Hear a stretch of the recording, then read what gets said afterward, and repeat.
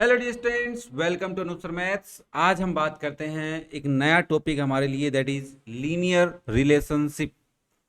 तो इस बात को हम पढ़ेंगे, क्या होता है लीनियर रिलेशनशिप और लीनियर वर्ड का मतलब क्या है और रिलेशनशिप का मतलब क्या है। देखो, अगर मैं तुम्हें कहूं कि आपके पास एक वेरिएबल है एक्स और एक वेरिएबल है वाई, तो ये दोनों किस में है? X and y two variables हो गए। और अगर मैं इनकी पावर वन ही कंसिडर करूं तो क्या आप बोल सकते हैं कि सर ये लीनियर ही रहेंगे? हेलो, क्या ये बात क्लियर हो रही है? लीनियर क्या होता है? अगर हमारे पास कोई एक्सप्रेशन है और उस एक्सप्रेशन की डिग्री क्या हो, वन हो, तो आप उसे लीनियर एक्सप्रेशन बोल सकते हैं। हाँ जी सर, ये बात तो याद है। तो इसने कहा है कि अगर आपके पास दो वेरिएबल है, कोई भी एक्स और वाई, हम किसी को भी ले सकते हैं, तो y इक्वल्स टू क्या होगा? ए एक्स प्लस बी होगा। अब लीनियर इक्वेशन भी एक वर्ड हमने पढ़ा था कभी, कि एक लीनियर इक्वेशन होती है। अब लीनियर इक्वेशन भी ऐसा ही कुछ था हमारे पास, कि जैसे 2x + 3 = 5, this is our linear equation, है ना?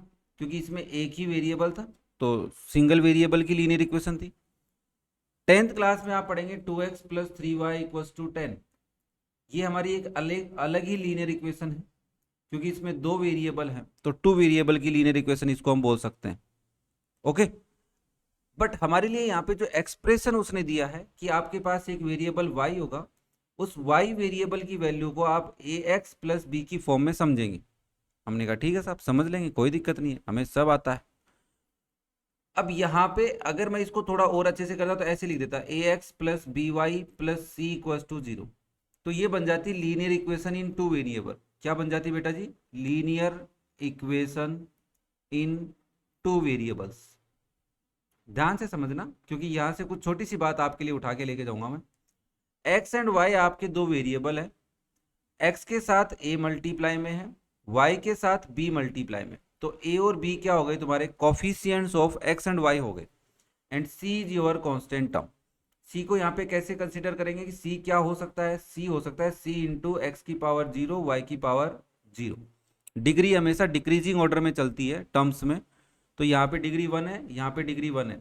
अब इसकी डिग्री की अगर हम बात करें तो 1 के बाद में क्या आता है? कम की तरफ 0 आता है। तो इस सी टर्म, जो टर्म आपकी सी है जिसको आप कांस्टेंट टर्म बोलते हैं, इसकी डिग्री क्या रहने वाली है बेटा? 0 रहने वाली है। ओके। बट हमें ये कह रहा है कि साहब आपका expression y equals to a x plus b में रहेगा, है ना? आप इसको लीनियर इक्वेशन नहीं बोलेंगे, एक बार y equals to a x plus b रहने वाला है, कि ये आपका लीनियर एक्सप्रेशन है ए एक्स प्लस बी। हमने कहा हाँ, इसको लीनियर एक्सप्रेशन के साथ साथ क्या अपन लीनियर पोलिनोमियल बोल सकते हैं? हाँ, ये बात तो हमने पढ़ी थी सर। मैंने कहा यस। तो इस लीनियर पोलिनोमियल की वैल्यू को ही हम दूसरा वेरिएबल नाम दे देंगे y। क्या ये बात समझ में आई? लीनियर एक्सप्रेशन जो है ना, या लीनियर पोलिनोमियल है, उसकी वैल्यू को हम क्या नाम दे रहे हैं? y। और ये जो y की वैल्यू है ये डिपेंड करेगी x की वैल्यू पे। अगर आप इस एक्सप्रेशन में x की अलग अलग वैल्यूज रखेंगे तो आपको y की डिफरेंट डिफरेंट वैल्यूज मिलेंगी। जैसे, अब ध्यान से समझना, काम आएगा आगे। मैंने लिखा y इक्वल्स टू 2x + 3। आपने पुट किया x इक्वल्स टू 1, तो y हो गया आपका 2 × 1 + 3, दैट इज 2 + 3 = 5। इससे क्या फायदा होगा हमारे को कि सर जब x 1 है तो y 5 आया है सर हमारा। मैंने कहा ठीक है। इसका रिवर्स भी हो सकता है कि y की वैल्यू दे रखी है और तुमसे x की वैल्यू पूछे, तो हमें ऑब्वियसली वो इक्वेशन सोल्व करने वाला प्रोसेस फॉलो करना है। अब आपने कहा कि सर अगर मैं y की x की वैल्यू 0 रख दूं तो कोई दिक्कत है? मैंने कहा कुछ कोई दिक्कत नहीं है, x की आप कोई भी इंटीजरल वैल्यू रख सकते हैं। तो y हो जाएगा बेटा आपका 2 × 0 + 3, दैट इज 0 + 3 = 3। अब एक बच्चे ने कहा सर अगर नेगेटिव वैल्यू रख दी तो? मैंने कहा कोई दिक्कत नहीं है, एक्स की वैल्यू जैसे आपने -1 रख ली, तो आपका y हो जाएगा 2 × -1 + 3, दैट इज -2 + 3, आंसर आ गया 1। अब जब आपने x की वैल्यू 0 रखी तो आपके पास y की वैल्यू आई 3। जब आपने x की वैल्यू -1 रखी तो y की वैल्यू आई 1। अब ये दोनों वैल्यूज एक साथ काम करेंगी। समझ में आ रही बात? एक साथ, अलग अलग नहीं। x 0 है तो y 3 है, y 3 है तो x 0 है। ओके, रिवर्स में भी काम करेगा। तो इससे क्या मैं एक पॉइंट के कोऑर्डिनेट बना दूं 1,5? इससे भी क्या मैं पॉइंट के कोऑर्डिनेट बना दूं 0,3, इससे भी मैं पॉइंट के कोऑर्डिनेट बना दूंगा -1,1। तो हमारे को लीनियर, जो भी लीनियर इक्वेशन बनती है, ये एक तरीके की लीनियर इक्वेशन है आपकी, इसे लीनियर एक्सप्रेशन बोला गया है। इस एक्सप्रेशन से हम पॉइंट्स निकालेंगे, पॉइंट्स के कोऑर्डिनेट निकालेंगे और इसको रिप्रेजेंट भी करेंगे आगे, है ना। तो हमारा एक ग्राफ बनेगा, वो लीनियर ग्राफ हमेशा एक स्ट्रेट लाइन होता है। तो हमें सिंपली ये कह रहा है कि आपका लीनियर रिलेशनशिप ऐसा कुछ होता है, a linear relationship represent the relationship between two variables and can be expressed, can भी मतलब ऐसा हो सकता है और कैसा भी हो सकता है, जरूरी नहीं है ऐसा ही हो हमेशा, है ना। क्लियर है बात सबको। तो ये आपका लीनियर एक्सप्रेशन है। हमें इसमें क्या पढ़ना है सर, मैंने कहा देखो इसमें हमें सिचुएशन देगा। अब ये सिचुएशन समझाने से पहले मैं तुम्हें छोटी सी बात बता देता हूँ। जैसे हमारे घर पे लाइट का बिल आता है, बिल का क्या सिस्टम होता है कि साहब देखो, एक तो होता है फिक्स चार्ज, मैं अलग अलग एग्जाम्पल से तुम्हें समझाऊंगा, प्लस एक होता है चार्ज पर यूनिट, यूनिट के हिसाब से भी चार्ज लगेगा। देखो साहब, लाइट वालों ने कहा 200 रुपये तो मैं लूंगा ही लूंगा, आप चाहे यूनिट काम में लो या मत लो। जैसे एक एग्जाम्पल है कि आपको एक क्वेश्चन में कहा कि आपका फिक्स चार्ज है वो है 200 रुपये। फिक्स चार्ज कितना है बेटा, 200 rupees, and charge per unit क्या लगेगा आपका, 5 रुपये लगेंगे। कितने रुपए लगेंगे, 5 रुपये। तो आपका एक दोस्त है ए, वो आपके पास आया, बोला यार मेरा लाइट का बिल कैसे आया है मुझे समझा। तो आपने उससे सिंपली पूछा कि भाई आपने एक महीने में कितनी यूनिट्स कंज्यूम की। तो उसने कहा कि मैंने यूनिट्स जो हैं वो कंज्यूम की, मान लो 100 यूनिट्स। कितनी यूनिट्स कंज्यूम की उसने, 100 यूनिट्स। तो आपने बनाया बिल अमाउंट ना, बिल अमाउंट, अलग अलग वर्ड्स आपके पास आ सकते हैं। तो आपने कहा देखो भाई, आपके ना 200 रुपये तो फिक्स लगे हैं, प्लस एक यूनिट के 5 रुपये लगे, तो आपने 100 यूनिट कंज्यूम की, तो आपके 100 × 5 हो गए यूनिट्स का चार्ज। तो ये बन गया टोटल 200 प्लस 100 × 5 इज 500, तो ये हो गया आपका ₹700।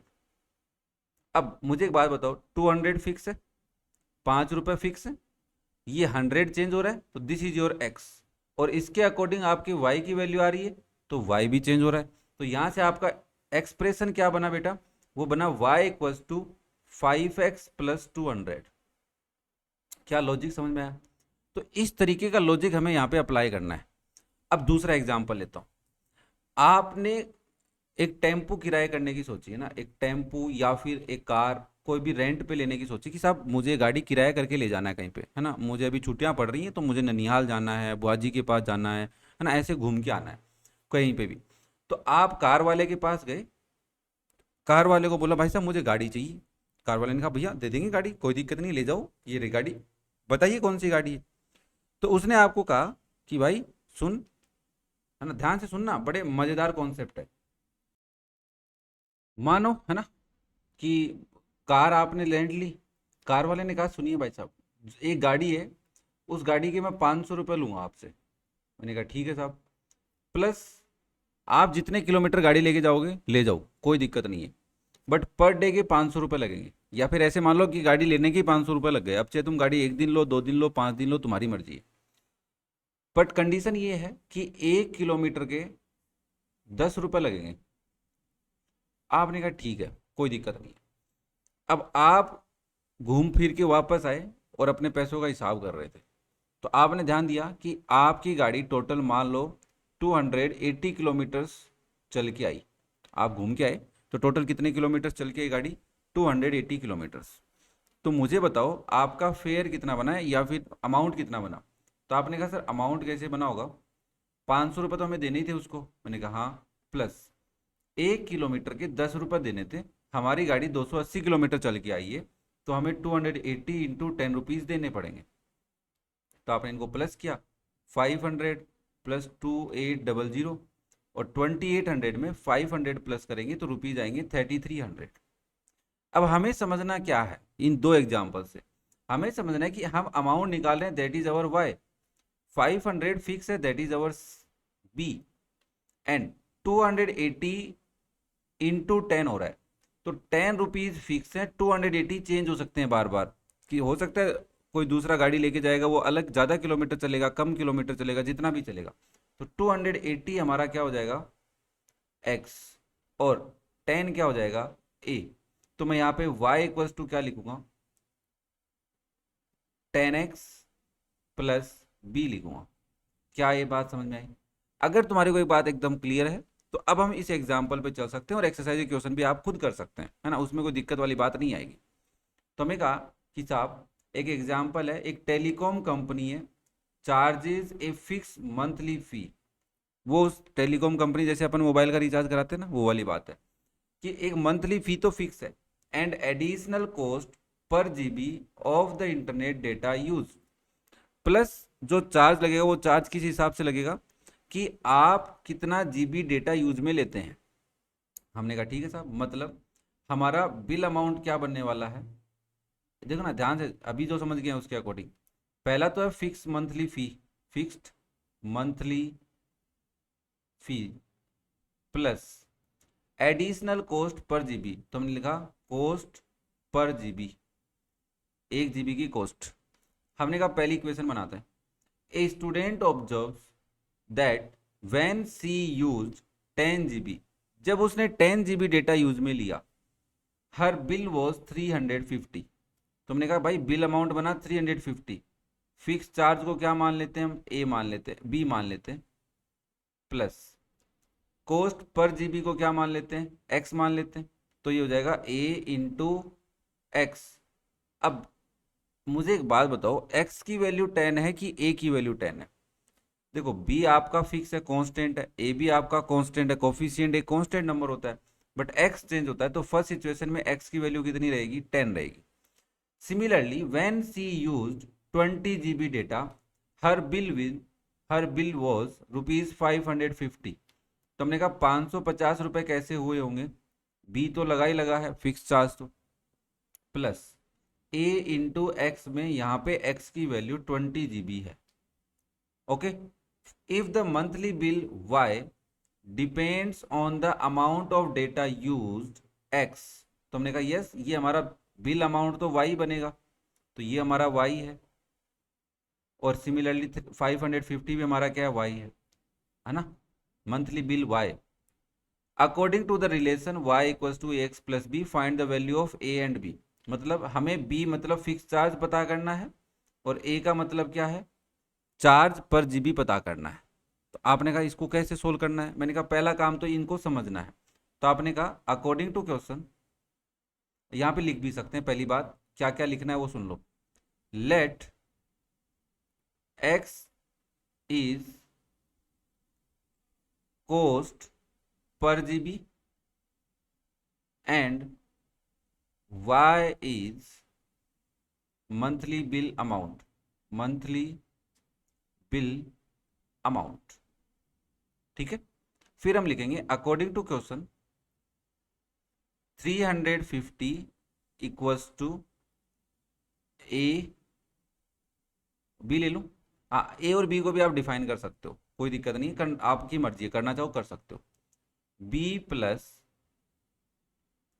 ए इंटू 10, तो ये हो गया 10a plus b equals to 350। तो ये इंटू 10 हो गया, बी प्लस में है, that is your equation number 1।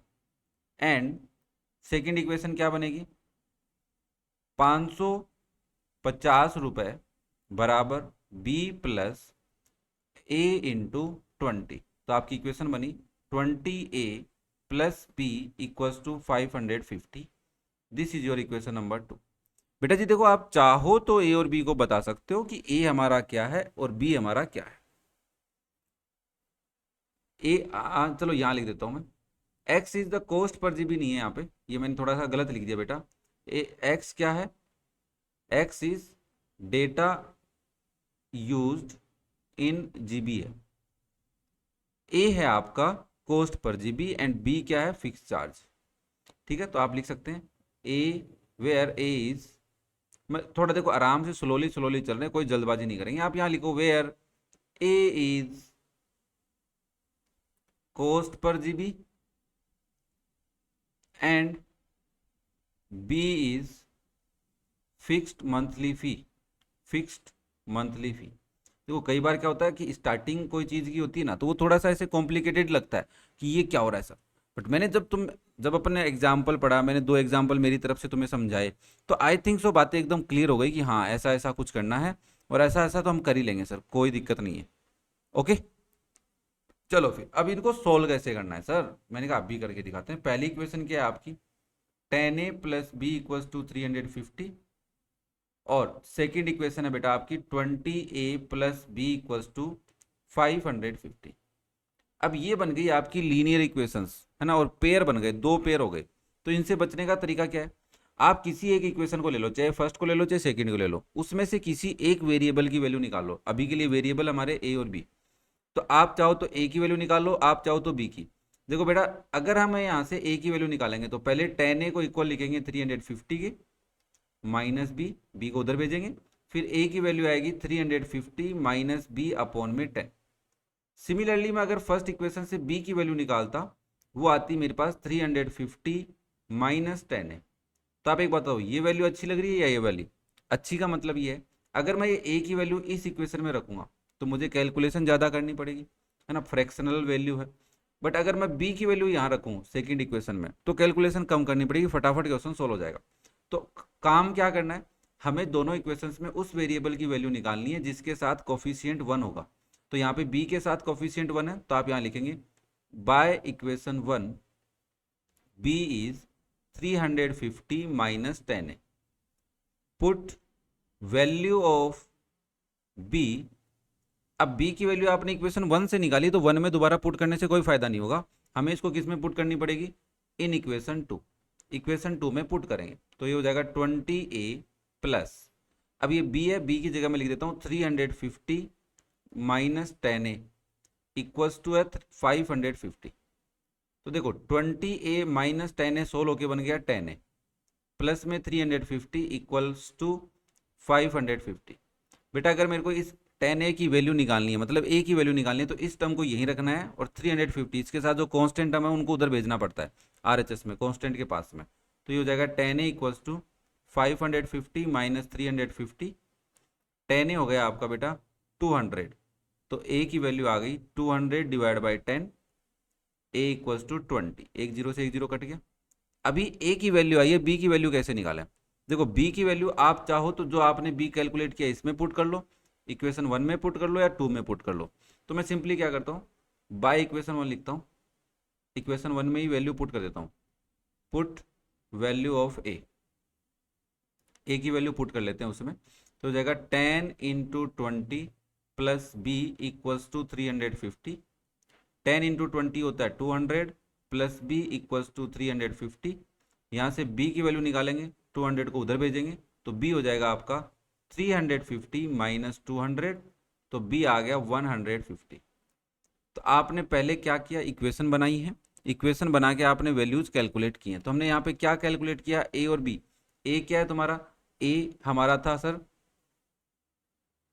Cost per GB और b था फिक्स मंथली फी। तो आपने लिखा सो कॉस्ट पर जीबी या चार्ज पर जीबी कितने हैं, ₹20। 1 GB डेटा अगर यूज़ किया तो 20 रुपये लगेंगे। हमने कहा ठीक है साहब, देने ही पड़ेंगे, इमरजेंसी हमें डेटा चाहिए, क्योंकि अनूप सर की वीडियो देखने हैं ना हमें पढ़ने के लिए 9th क्लास के। एंड फिक्स्ड मंथली फ़ी क्या है, वो है 150 रुपया, 150 रुपया दूंगा, है ना, वो वाली बात है। तो 150 आपके क्या है फिक्स, ये तो लगेंगे ही लगेंगे साहब, इसका कोई इलाज नहीं है, ये तो देने ही पड़ेंगे आपको। ठीक है, आप चाहे डेटा कम यूज में लो या फिर ज़्यादा यूज में लो। उम्मीद कर रहा हूँ बात एकदम तरीके से आपको समझ में आई है। फिर भी अगर किसी को कोई डाउट लग रहा हो अभी तक की बातों में, तो प्लीज़ कमेंट करके पूछ ले, शॉर्ट्स वीडियो में मैं आपके डाउट क्लियर कर दूंगा। अब मुझे कह रहा है साहब थिंक एंड रिफ्लेक्ट, सोचिए थोड़ा सा। हमने कहा क्या सोचना है, बोला can you guess what the numbers 20 and 150 in the equation y equals to 20x plus. हमने कहा क्या मतलब, y इक्वल्स टू लिखा हुआ है 20x प्लस 150। हमने कहा यहाँ पे आपने कोई सिचुएशन तो बताई नहीं, उसके अकॉर्डिंग तो बताते। हमने कहा नहीं, ये आपकी लीनियर इक्वेशन है। हाँ, इस लीनियर इक्वेशन में x का कोफिशिएंट कौन है, 20 है, और कांस्टेंट टर्म क्या है 150। तो हमने कहा इन दिस लीनियर इक्वेशन या in this linear expression, linear expression 20 is coefficient of x coefficient of X and 150 is a constant term. ये हमारी कांस्टेंट टर्म है ना, दिख रही है ना, कांस्टेंट विदाउट वेरिएबल। देखो ये सारी बातें जब चैप्टर स्टार्ट किया गया था तो वहां पे बताई गई थी, एकदम बेसिक बेसिक बातें कि कांस्टेंट टर्म कैसी दिखती है, कब दिखती है, वेरिएबल के साथ जो होता है उसे क्या कहते हैं, है ना। तो प्लीज इन सारी बातों को आप पढ़ें, स्टार्टिंग का वीडियो देखें चैप्टर 2 का, जिसमें कॉन्सेप्ट आपको समझाया गया है। फिर भी अगर कोई डाउट बचे तो सीधी सी बात है, कमेंट करके पूछो भाई, टाइम स्लॉट के साथ पूछ लो, ताकि मुझे भी समझने में आसानी रहे कि कहाँ डाउट है बच्चे को। वीडियो पसंद आ रहे हैं तो लाइक जरूर करें, चैनल को सब्सक्राइब करें और अपने दोस्तों के साथ शेयर करें। ओके बेटा जी, बाय।